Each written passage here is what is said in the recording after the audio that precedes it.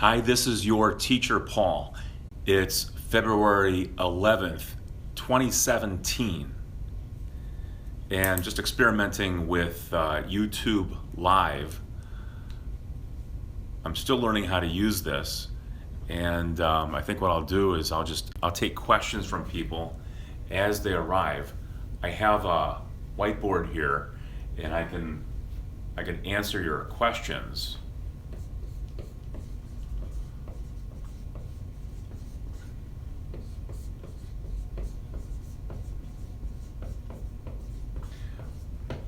I can answer your questions, or we can just chat. And I'm still learning how to use this, so looks like there are 22 people on all of a sudden. That's pretty good. Madhu, hi Madhu. Hello, Michelle. And Madhu, you're from Pakistan. If you follow my website, you know that the lesson for today, the one that I featured on LearnAmericanEnglishOnline.com, was on the modal verb will. And looks like, wow, 34 people. I've only been on for a minute and a half, and I got 34 people on here. That's pretty good. Are you coming to YouTube Live from Google Plus or from some other location?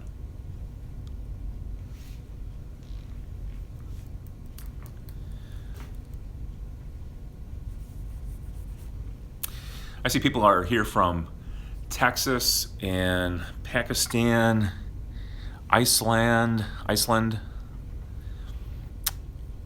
Wow, that was quick. People from Peru.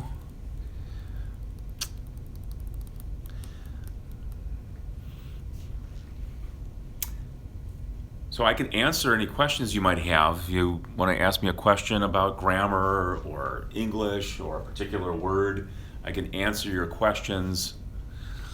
I don't know. Looking at that, I'm not sure if that is in reverse or not. What I'm seeing on the screen here looks like this is in reverse. So this might not work.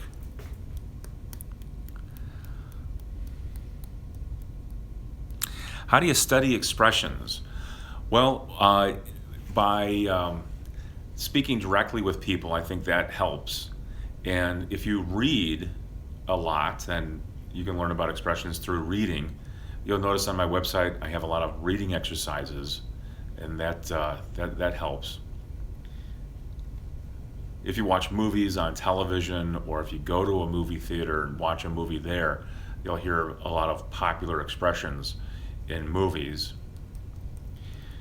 If you could think of a particular expression you want to give as an example, I can help you with that.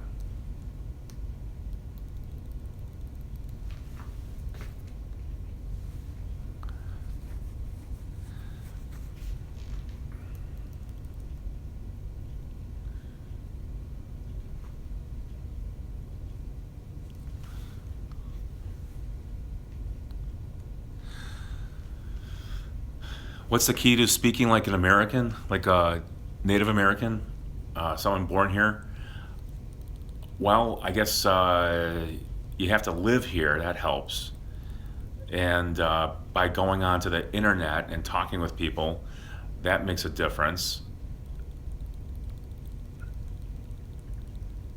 Listening to people on the radio, listening to people speak on TV helps. Yeah, somebody would like me to include real dialogues on the internet on my website, and that's something that I definitely want to try, where you have two people who are talking to each other and it's a real conversation. I think that's a very useful thing.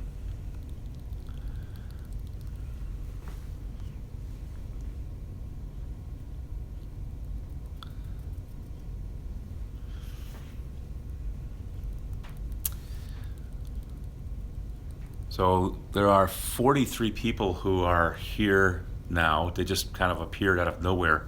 I guess you were online and you were studying your English, and then perhaps you were on YouTube, and then you found out that I was here online on YouTube.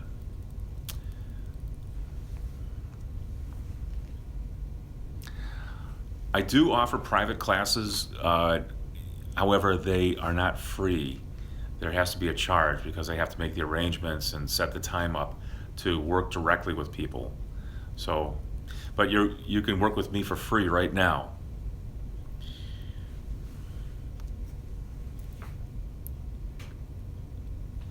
My email is paul@learnamericanenglishonline.com.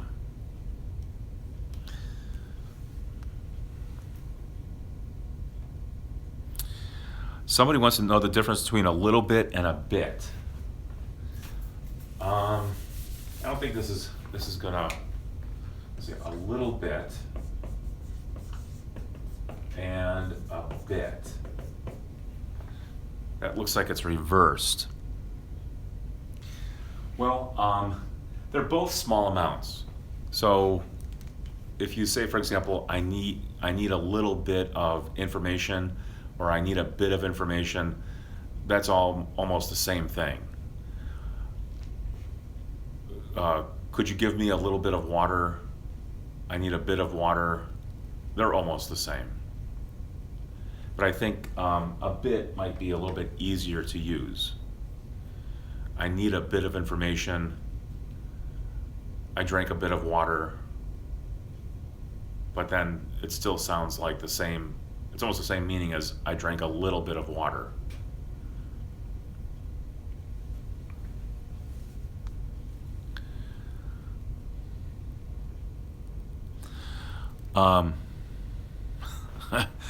There's so many questions, I don't know which one to answer next. I need more practice doing this. Let me go back down here. Where are you from? Okay, that's an easy one. I live in Minnesota. A little quick. Can't say I've heard that too often. You need to do that a little quick, maybe a little bit more quickly. Can you do that a little more quickly, perhaps? Compromise. How do you use the word compromise? Compromise is used when there are two people who have differing opinions or points of view or methods of doing something, and there's a disagreement. So you try to meet in the middle. There's one side and there's another side, and they kind of come together and agree to help each other, but then you have to sacrifice a little bit of your position when you compromise. Not everybody likes to compromise.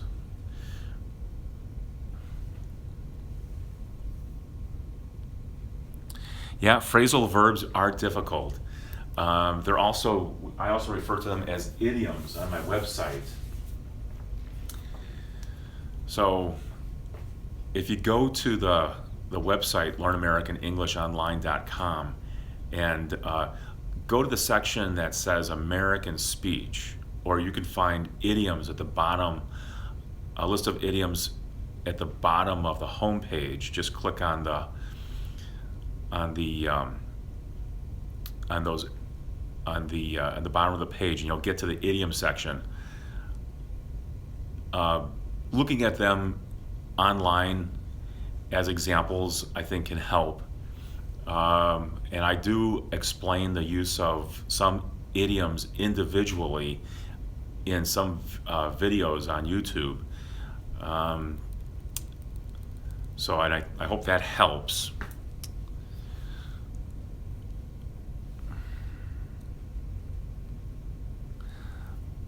The difference between some hope and a little hope. I have some hope. I have a little hope. They're about the same.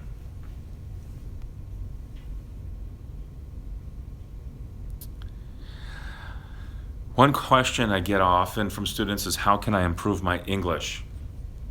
I think by going online and doing what you're doing right now is of a lot of help. Uh, don't just go to my website, of course, or my channel on YouTube. Go to all of them. There are some very good YouTube channels for learning English. For people who are beginning English, I like Mr. Duncan. I think he's got a good website. And Rachel's English is good. She's very good at pronunciation. So those are a few. But just do a search on YouTube and you'll find pretty much whatever you're looking for.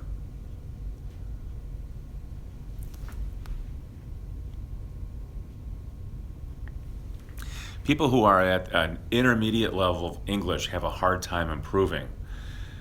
So I think the best thing for you to do is start working on your vocabulary, or really focus on your vocabulary, and look for opportunities to speak and, of course, write.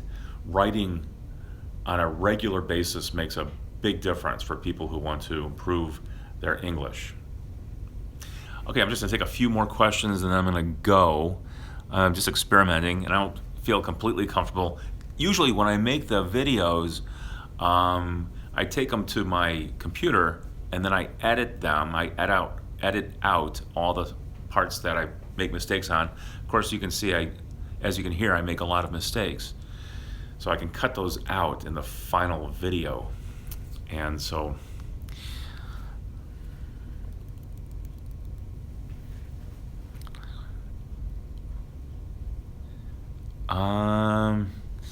yeah, almost all. Somebody's asking about the grammar and the lessons on there. I think I covered just about everything, including the word wish. So if you say, I wish I had something, I wish I had $1 million, that's an example of kind of a present conditional sentence describing a situation now. And after the word wish, you use a past tense verb. So the present tense have, the past tense is had.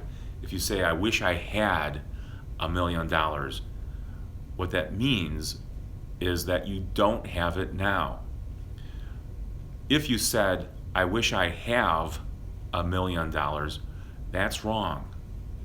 You have to put that verb have into the past tense, and that sort of makes it conditional. The word wish expresses something that's not true in some cases. You don't have it, so you wish for it.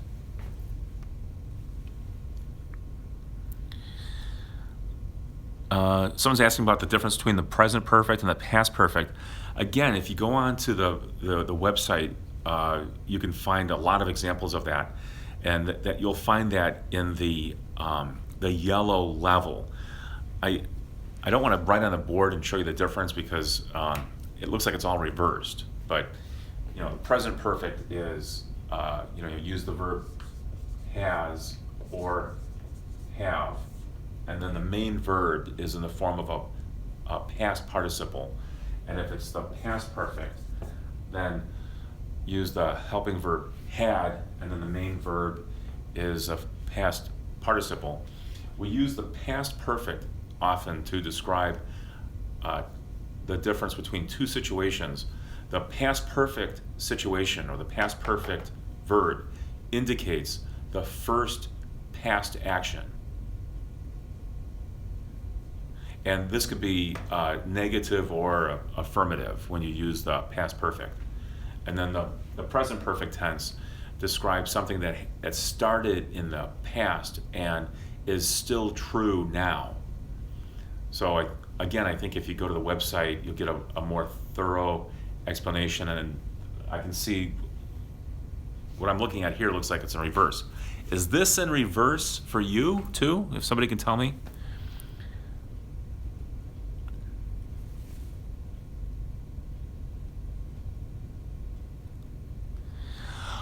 The website is learnamericanenglishonline.com. It's not in reverse? Okay, well that's good because it looks like it's in reverse for me when I'm looking at the screen right here.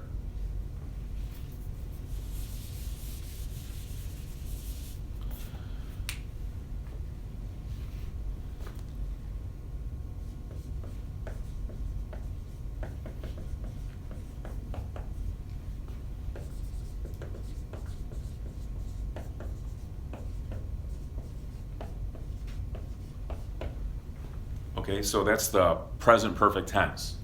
I have lived in Minnesota since 1991.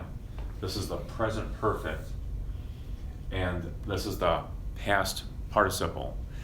This shows that something started in the past. This would be 1991, and now it is 2017. And so it starts here, and this is the present, this is now.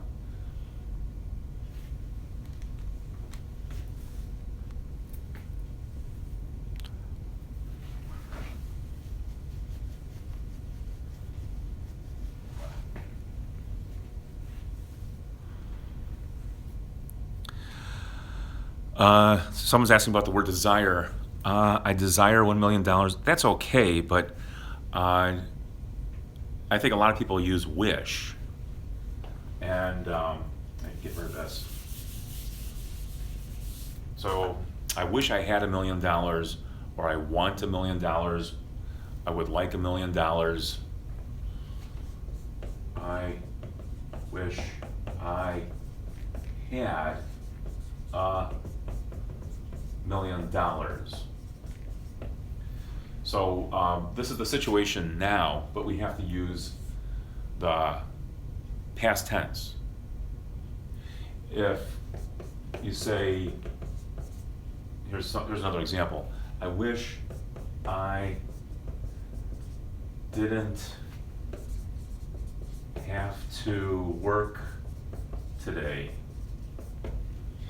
And the situation is now, but again, in this example, you're using the past. You're using didn't with have to, and then that's the main verb. I wish I didn't have to work today, but the situation is that you do have to work today. But this is how you would express that.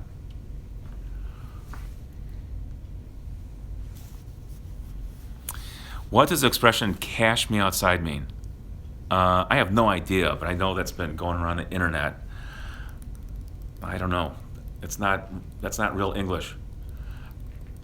I don't know where that comes from. There's a lot of junk on the internet and on TV, so I guess try to ignore that as much as possible. Oh, I got 53 people on here. Wow, that's great.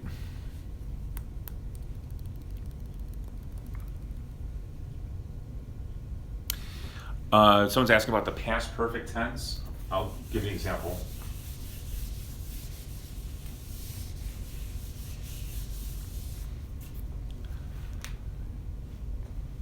Let's see. She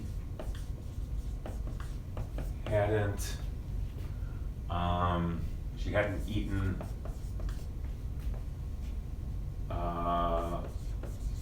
lobster before she moved to Maine.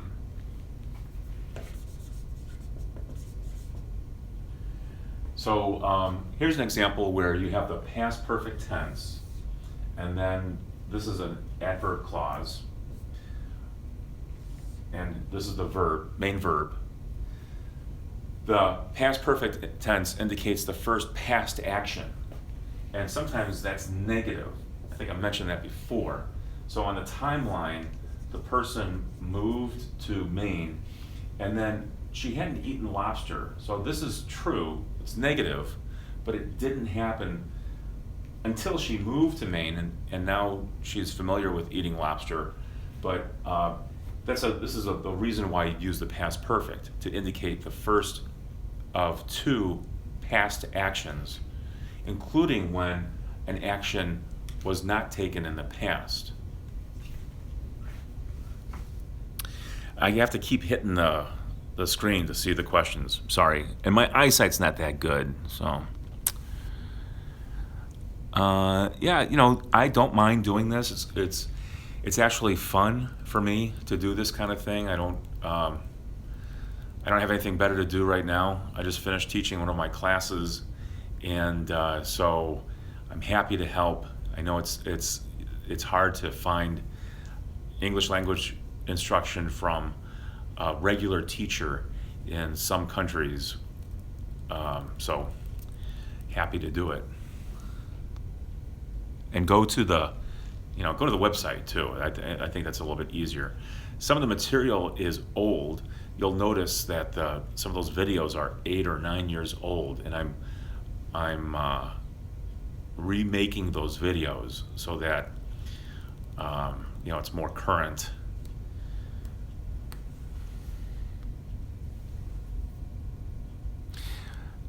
If I put "she hasn't eaten," is that wrong? No, it's okay to say that a person has not eaten. If it's true, she hasn't eaten or she hasn't eaten yet. That's fine.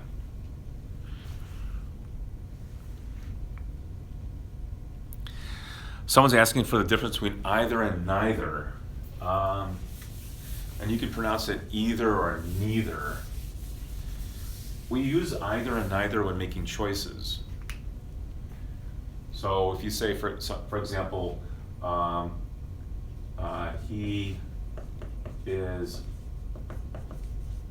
either, I can't think of a good example all of a sudden. He is either